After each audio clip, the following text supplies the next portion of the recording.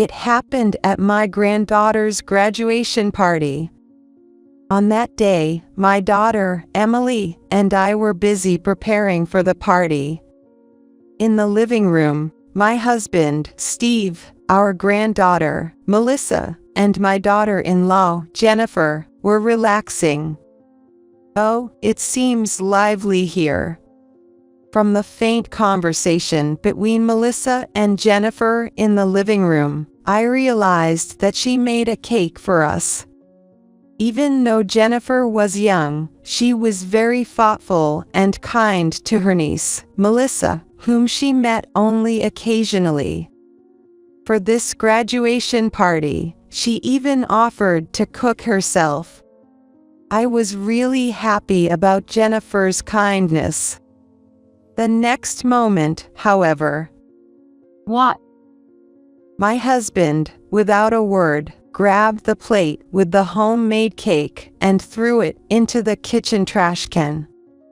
Jennifer was so surprised that she froze on the spot. I was cooking in the kitchen when I was shocked by my husband's strange behavior and involuntarily raised my voice. "Honey, isn't that Jennifer's cooking? What are you doing?" I thought all three of them were getting along well, waiting together, but what's going on with this situation? Confused, I was then approached by Melissa with tears in her eyes. It seems Melissa was also shocked by the sudden disposal of the cake. Poor thing. Just as I thought to say something to Melissa, it happened. Grandpa, thank you. Melissa gently hugged my husband and began to sob quietly. I am Karen Murphy, 60 years old. I live quietly with my husband Steve, 3 years older than me, and I work part-time at the local supermarket. We have 2 children. The first is our daughter Emily, who will soon be 37 years old. Emily married her college sweetheart and now lives in the neighboring town. The second is our son, James, who is 35 years old. James married Jennifer, whom he met at work about a year and a half ago. They now live in a new apartment close to our house. James is serious and kind-hearted, but a workaholic. So, even when he came back to our house once in a while, all he said was about work. Even when he was drunk, he didn't get any romance stories. Therefore, my husband and I thought he might remain single forever. However, 2 years ago, when he came home as usual, Jennifer was with him. And without any preamble, he introduced her as his fiancée, Jennifer. We were completely taken by surprise, as we had not been informed at all. Although James had always been inattentive to matters other than work, this surprise visit was truly unexpected, and later, he got a gentle scolding from my husband. However, since then, he has started to communicate and consult with us in advance. Thanks to that, his wedding and moving went smoothly. His wife, Jennifer, was in her early 20s, more than 10 years younger than James. She worked as a receptionist at a company, spoke politely, and had a kind demeanor. Moreover, she was very thoughtful and always took the initiative to help with household chores when she came to our house with James. She is such a considerate and well-put-together person. My son is lucky to have married such a wonderful woman. James might not be attentive to anything other than work, but we thought he could be happy with Jennifer, who chose to be with him. However, a few months later, Jennifer's behavior began to change dramatically. It started when James was scheduled to go on a week-long business trip. Normally, his department had frequent day trips or overnight business trips, but this time it was unusually a long one. 3 nights before the trip. Hello, Mom. It's James. Sorry to spring this on you, but can you look after Jennifer next week? What's happened all of a sudden? Is something wrong? I have to go on a business trip for a week starting next week, and Jennifer hasn't been feeling well lately. So, can you call her or check on her sometimes? Well, that is concerning. I'll talk to Jennifer directly and see if there's anything specific she needs help with. Thanks, that's a big help. Let me know if anything comes up. The next day, I sent a message to Jennifer with my unfamiliar fingers. How are you feeling? If there's anything I can help with, please don't hesitate to ask. Okay, sent. It took me over 10 minutes just to send such a short message, making me acutely aware of my declining mental agility. However, I received a reply from Jennifer within a minute. Oh, that was quick. Young people really are different. The message said that she was taking over the work of an employee who had retired, which made her incredibly busy. And although Jennifer wasn't originally good at housework, she had been managing with James's help. However, with James away for a week, she wrote that she was feeling anxious. She wanted to ask if I could help with the laundry and dishes. When I first heard from James that Jennifer wasn't feeling well, I honestly thought she might be pregnant, and I was quite excited. But learning that wasn't the case left me a bit disappointed. Still, my daughter-in-law was clearly struggling. I spent another 10 minutes typing a response to let her know to ask if there was anything else I could do. Looking back, this might have been the start of it all. After this, Jennifer began to find reasons to ask me to do household chores, and even started requesting specific dishes for dinner. The frequency of these requests increased over time, and when James was away on business trips, she would stay at our house, acting almost like a guest, and never once offered to pay for the groceries for the meals she requested. Eventually, my husband and I started to feel that her lack of restraint was too much. Still, we continued to comply with Jennifer's requests, perhaps because she was a young bride and always excessively grateful for the help with housework and meals, making it hard for us to refuse her. Doing household chores and cooking can be tough when you're tired from work. And besides, she always takes photos of the food with her smartphone, which makes me think my presentation has improved. I guess I have Jennifer to thank for that. This is how I justified it to myself. Although Jennifer wasn't pregnant, we had our granddaughter Melissa, born to our daughter Emily and her husband. Being our first grandchild, Melissa was exceptionally kind and adorable. Of course, my husband was always so doting that Melissa is the apple of his eye. No, Grandpa, Melissa is already in elementary school. You can't do that, or you'll hurt your eyes. But I love you, Grandpa and Grandma.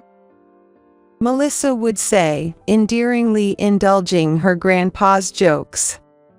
Perhaps sensing our feelings, Emily made a point of bringing Melissa to our house almost every weekend when they had no plans.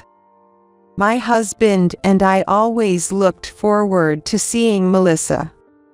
However, About 8 months ago, their weekend visits started to decrease significantly. At first, I thought it was just a matter of timing, but the positive responses never came. Is this separation from parents? No, because she's a grandchild. Maybe it's separation from grandparents. Maybe Melissa is just at a challenging age now. I felt an indescribable loneliness, but I accepted it as something inevitable. After all, it's not like we can't meet. We're not disliked, so that's fine. Truth be told, Melissa's behavior when she visited our home hadn't changed at all. In fact, she had become even more affectionate and proactive in helping with household chores. So, the decrease in her visits probably meant she was just going through a difficult age. Thus, our only joys became the once-a-month visits and phone calls with her. Over the phone, Melissa's voice was always cheerful, and she happily shared stories from school. But at the end of each call, when I'd say she could visit any time, she would always hedge her words. Each time, I felt a deeper sadness and loneliness than I had attributed to her just being at a difficult age. In June, a day was set for Melissa to visit our home. I took this opportunity to share with my daughter Emily a plan my husband and I had discussed. We were thinking of having Melissa's graduation party here. What do you think? Wow, thank you. Melissa would be thrilled. That's great. Shall we discuss the menu for the day? Should we go with the usual menu? And can we invite James and Jennifer, too? James as well. Well, yes, celebrating together would make Melissa happier. Please go ahead, and the usual menu will be fine. The party details were smoothly arranged, leaving only the confirmation of James and Jennifer's attendance. 2 days later, while having dinner with James and his wife at our house, I mentioned the graduation party to them. Melissa has reached that age already, huh? But I'll be on the final day of a business trip, so I can't make it. How about Jennifer? I'll definitely be there. Oh, can I also cook something? I want to show off my cooking skills for my cute niece. That's wonderful. Melissa will surely be delighted. Thank you, Jennifer. At that time, Jennifer had been eating dinner at our house almost daily. I was deeply touched when she offered to cook for Melissa's sake, and I happily agreed to her proposal. Little did I know that it would lead to such an incident. I couldn't have imagined it at that time.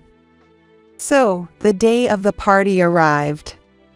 Melissa's favorite pizza and, at Jennifer's request, pasta and chicken were on the table.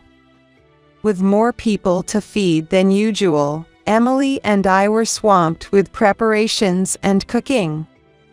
Seeing us busy, Melissa came over to the kitchen and offered her help. Can I help with something? However, I declined Melissa's offer to help, saying that she was the guest of honor today. Melissa returned to her seat with a shy smile, but her face seemed slightly uneasy. At that moment, I was too preoccupied to delve into the reason for her expression. Melissa shouldn't have to worry about anything more today. I need to finish up quickly.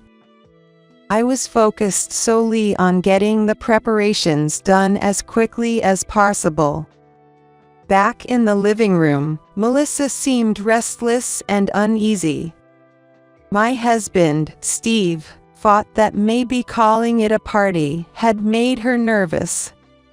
In the midst of the hectic atmosphere, Jennifer alone was relaxing on the sofa, looking at her smartphone. But when Melissa returned from the kitchen and took her seat, Jennifer said to her, Melissa, congratulations on your graduation. This is a celebration cake for me. Despite Emily and I still preparing the meal, Jennifer placed the box in front of Melissa. A celebration calls for a cake, right? I worked hard on it just for you, so please eat it all. As she opened the box, she urged Melissa to eat it right away. Well, but shouldn't we wait until everyone is together? Melissa replied in a shaky voice, visibly unsettled. However, Jennifer insisted, handing her a fork somewhat forcefully. The truth is, I'm not good at cooking, so I only made enough cake for you, Melissa. I'd be embarrassed if everyone saw it, so please eat it now. Please. Jennifer pleaded with a smile. Well, maybe just a little then. Just as Melissa was about to take a bite with her fork. Come on, you won't get the real taste from just the itch. Jennifer said cheerfully, and then cut a piece from the middle of the cake, which was richer with cream. The middle part is creamier and tastier. Here, try this. As Jennifer pulled the plate closer to Melissa, my husband suddenly grabbed the plate with the cake and, without a word, threw it into the kitchen trash can. What? Jennifer was so surprised that she froze on the spot. I was cooking in the kitchen when I was shocked by my husband's strange behavior and involuntarily raised my voice. Honey, isn't that Jennifer's cooking? What are you doing? From the living room, I could barely hear the conversation and only knew that Jennifer was pushing her homemade cake on Melissa. I thought they were getting along well, but what is happening here? Amid my confusion, Melissa came to me with tears in her eyes. The cake was suddenly thrown away, and Melissa must be shocked too, poor thing. I was about to speak to her when she said, Grandpa, thank you. Holding back her tears, Melissa hugged my husband and then started to cry softly in his arms. I was even more confused and could only silently watch them. Then, noticing my bewildered state, my husband muttered, It's the nuts? What did you say? Surprised by his unexpected words, I asked him to repeat. The idea seemed impossible to me, because I couldn't get rid of such a thought. But my husband repeated the same thing. The cake had nuts in it. At the word nuts, both I and Emily, who had been cooking with me, were shocked and turned pale. Could it be a mistake, because Melissa is... No, there's no mistake. I checked the actual cake, and I clearly heard her say nuts. Hearing my husband's words, I felt all the blood drain from my body, nearly fainting. Emily, on the other hand, rushed to Melissa and meticulously checked her face and palms. Melissa, you didn't eat it, did you? She asked desperately. I didn't eat it. Grandpa threw it away. Melissa said between sobs, reassuring Emily. Relieved, Emily exhaled deeply and gently embraced Melissa. The reason we were so frantic is that Melissa has a severe nut allergy. Melissa's nut allergy was discovered when she was just 9 months old. We were having a meal at our house that day. Melissa loved bread at the time, but we only had bread with nuts. After discussing it with Emily, we decided to let Melissa try a small bite as part of her weaning food. However, this decision would be something Emily and I regretted for a long time. Seconds after eating a bite of the nut-containing bread, Melissa's mouth area quickly turned red. Her breathing became rapid, as if she had a fever, and she became limp. Naturally, the meal was immediately stopped, and Emily and her husband rushed to the emergency department. That was when we first learned of Melissa's severe nut allergy. Even now, recalling that moment makes my hands shake with fear. Since then, we made sure that no food containing nuts was kept in our house. Of course, Jennifer should have been informed about Melissa's nut allergy through James. Despite this, the idea of her serving a cake topped with nuts was beyond my imagination. Especially when Emily, Melissa's mother, was not watching. Just the thought of it sends chills down my spine. Cold stares from everyone were instantly directed at Jennifer. What have I done? I'm so sorry. It wasn't intentional. I didn't know about the allergy. I'm truly sorry. Jennifer sobbed and apologized. You didn't know. Didn't James tell you? It seemed impossible that James would forget to mention Melissa's allergy. Because at that time James was experiencing the same fear with us. Just as everyone's suspicion towards Jennifer intensified. Could that be a delivery at the door? The tense atmosphere was pierced by the sound of the doorbell. I'll get it. My husband said, quickly heading towards the entrance. From the door, I could faintly hear the voices of two men arguing. Is there some trouble? I wondered, and in the next moment, Melissa, are you okay? James, with a look of panic, rushed into the kitchen. Uncle James. Everyone was surprised by James's sudden appearance, as he had said he couldn't attend to his business trip, but Jennifer reacted differently. James, why? You said you weren't coming today. I rushed to finish my work so I could make it to the party. But more importantly, is it true that Melissa's food had nuts in it? What exactly happened here? James was clearly bewildered by the unusual situation at the party. To calm him down, my husband quietly explained what had happened.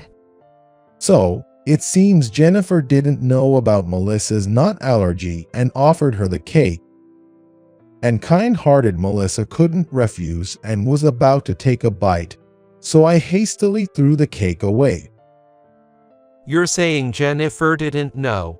Did she really say that? Yes, she said she hadn't heard anything from you. That's impossible. I made a point of noting it in our shared memo, emphasizing that she has a nut allergy. Jennifer couldn't have been unaware. James then showed us the shared memo on his smartphone, which indeed mentioned the nut allergy. The cold stares of everyone turned back to Jennifer. I always top my cakes with nuts out of habit.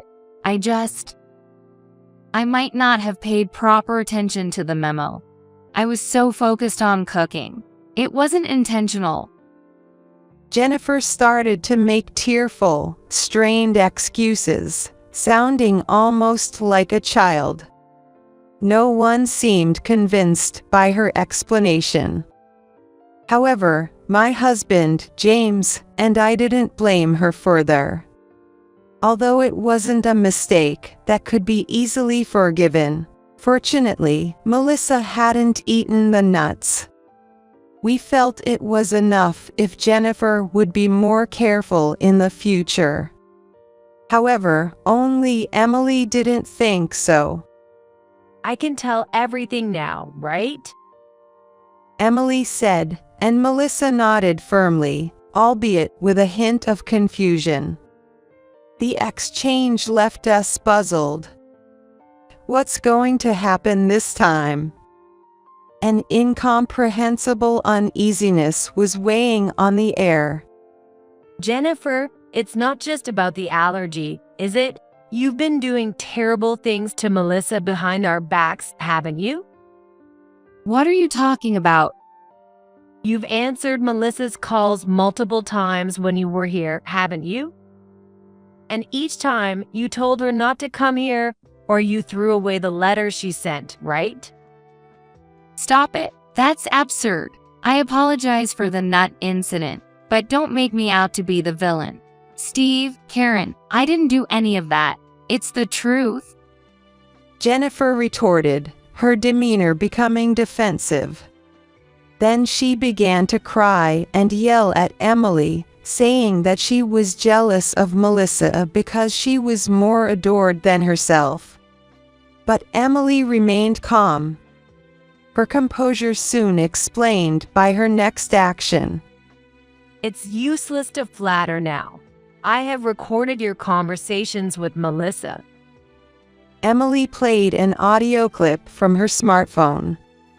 Melissa's distressed voice came through amidst faint static. Can you put Grandpa or Grandma on the phone? Her voice was fearful, on the verge of tears. Then Jennifer's voice, authoritative and smug, filled the room. I've told you many times, stop calling. Like I said before, they really don't want to look after you, you know? Do you understand? So, stop calling and coming over here, all right? The recording ended with a harsh click, leaving everyone in stunned silence. Melissa, perhaps recalling the incident, pressed her face into Emily's back, her shoulders trembling slightly. Emily embraced her tightly. I kept quiet because Melissa didn't want to upset her grandma and grandpa, but I can't stay silent after all this. Her glare at Jennifer was piercing as she spoke firmly. Jennifer, in contrast, was trembling, unable to form words, completely overwhelmed by the situation. In the silent tension of the room, the ticking of the clock was the only sound, distinctly audible. The long silence was finally broken by James. First off, I'll talk with Jennifer alone. Sis, I'll definitely call you tonight, so can you leave this with me for now? James, okay, call me, no excuses. Yay, Melissa, sorry for the tough time. Dad and Mom, I'll contact you later. Jennifer, we're leaving. Well, okay. Jennifer seemed somewhat relieved at that moment. She must have thought that James had helped her. I had assumed James was protecting Jennifer. But that turned out to be a misunderstanding. Because shortly after, James divorced Jennifer. My husband and I heard the reasons for the divorce directly from James. And we were astounded by the childish and selfish nature of the revelations. I thought Mom wanted Jennifer to come over for meals every day, and I was under the impression that Mom insisted on doing the apartment's chores and cleaning because you wanted to. What? That's not true at all. It was Jennifer who asked for those things. I was shocked by James's statement, because none of it was true. However, the issue wasn't just that Jennifer was lying. Jennifer's true aim was It was about satisfying the need for approval. Jennifer always takes pictures, right? Yes, now that you mention it, but what about it? She's not just taking photos. She posts them on social media, bragging to a lot of people, showing off how fulfilling her life is. Here's her social media profile. On Jennifer's social media, there were numerous posts of cute nails, brand bags, and stylish cafes.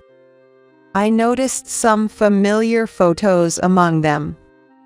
Wait, this picture. It was a post of a dinner, claiming it was a menu she learned from her mother-in-law. However, I never taught her that recipe. In fact, Jennifer would only tell me, "Please make this next time." Being envied by others is what matters most to Jennifer. Eventually, it led to her needing to feel superior all the time. James explained it to me. Jennifer became so obsessed with getting attention on social media that she pushed the annoying chores and cooking onto Mom. She wanted to appear as the perfect wife, so she made those false boasts. James also explained her desire for approval. Still, it was a little difficult for me to understand at the age of 60. So, Jennifer did such awful things just to show off a loved and fulfilled personal life. Yeah, something like that. It would have been better if she was just satisfied with showing off in photos. Jennifer increasingly wanted to be the sole focus of Dad and Mom's attention, but for that, Melissa was in the way. In the way. When Melissa comes over, there's no overnight stay or dinner for Jennifer. Even though they do anything if she asks, that's not the case when Melissa visits. Jennifer hated that. My husband and I were appalled by James's story.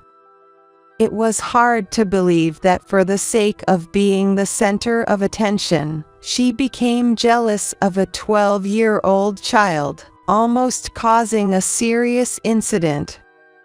Allergies are the same as likes and dislikes of food, aren't they? It's not just selfishness. Even your sister made such a fuss about it. Isn't that strange?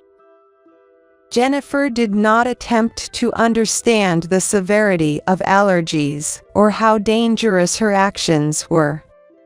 Seeing Jennifer's attitude, James said his feelings for her cooled rapidly, and he disclosed everything to Emily.